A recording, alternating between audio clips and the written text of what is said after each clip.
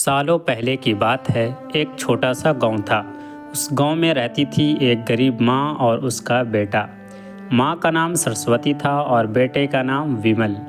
विमल बहुत होनहार और मेहनती बच्चा था। वह पढ़ाई में बहुत अच्छा था।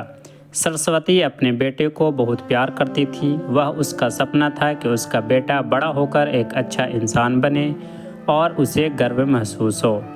विमल ने अपनी मेहनत से पढ़ाई कर बड़ा इंसान बना।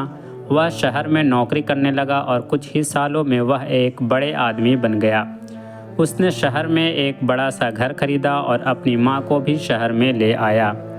शहर में रहकर सरस्वती को बहुत अच्छा लगता था। वह अपने बेटे को खुश देखकर बहुत खुश होती थी। लेकिन कुछ सालों बाद विमल की शादी हो गई। उसकी पत्नी और बच्चे सरस्वती से बिल्कुल प्यार नहीं करते थे। वे उसे एक बोझ समझते थे। विमल की पत्नी हमेशा विमल से कहती थी कि वह अपनी माँ को गांव वापस भेज दे। लेकिन विमल अपनी माँ को गांव वापस भेजना नहीं चाहता था। वह अपनी माँ से बहुत प्यार करता था। लेकिन एक दिन विमल की पत्नी ने उसे इतना गुस्सा दिला दिया कि उसने अपनी माँ को गांव वापस भेजने का फैसला कर लिया। विमल की माँ को बहुत दुख हुआ। वह अपने बेटे को छोड़कर गांव नहीं जाना चाहती थी। लेकिन विमल की पत्नी बहुत जिद्दी थी। उसने विमल को मजबूर कर दिया कि वह अपनी माँ को गांव वापस भेज दे। विमल की माँ रोती बिलखती गांव वापस चली गई। गांव में आकर सरस्वती बहुत अकेली हो गई। वह अपने बेटे और उसके परिवार को बहुत याद करती थी। वह हर रात रोते हुए सोती थी। एक दिन सरस्वती बहुत बीमार हो गई। उसे कोई नहीं था जो उसकी देखभाल करता। वह अकेली अपने घर में पड़ी रही।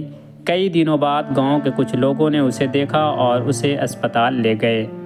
अस्पताल में सरस्वती की बहुत कोशिश की गई लेकिन वह बच नहीं पाई। उसने अपनी आखिरी सांस अपने बेटे का नाम लेकर ली। विमल को जब उसकी माँ की मौत की खबर मिली तो वह बहुत रोया। उसे बहुत पछतावा हुआ कि उसने अपनी माँ को गांव वापस भेज दिया। उसने अपनी माँ से माफ़ी मांगी लेकिन अब बहुत देर हो चुकी थी। माँ का प्यार सबसे अनमोल होता है। किसी को भी अपनी माँ को दुख नहीं देना चाहिए। माँ को हमेशा सम्मान और प्यार करना चाहिए।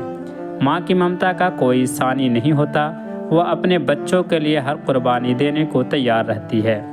माँ का प्यार इतना निस्वार्थ होता है कि वह कभी अपने बच्चों से बदले में कुछ नहीं मांगती। वह बस अपने बच्चों को खुश देखना चाहती है। दोस्तों, कैसी लगी है हमारी कहानी? अगरचे आप भी कहानी सुनना पसंद करते हैं और इसी तरह की कहानी अगरचे आपको चाहिए तो हमारे चैनल को सब्सक्राइब करके वीडियो को लाइक ज़रूर कर दें और कमेंट में आई लव माँ ज़रूर लिखें। धन्यवाद।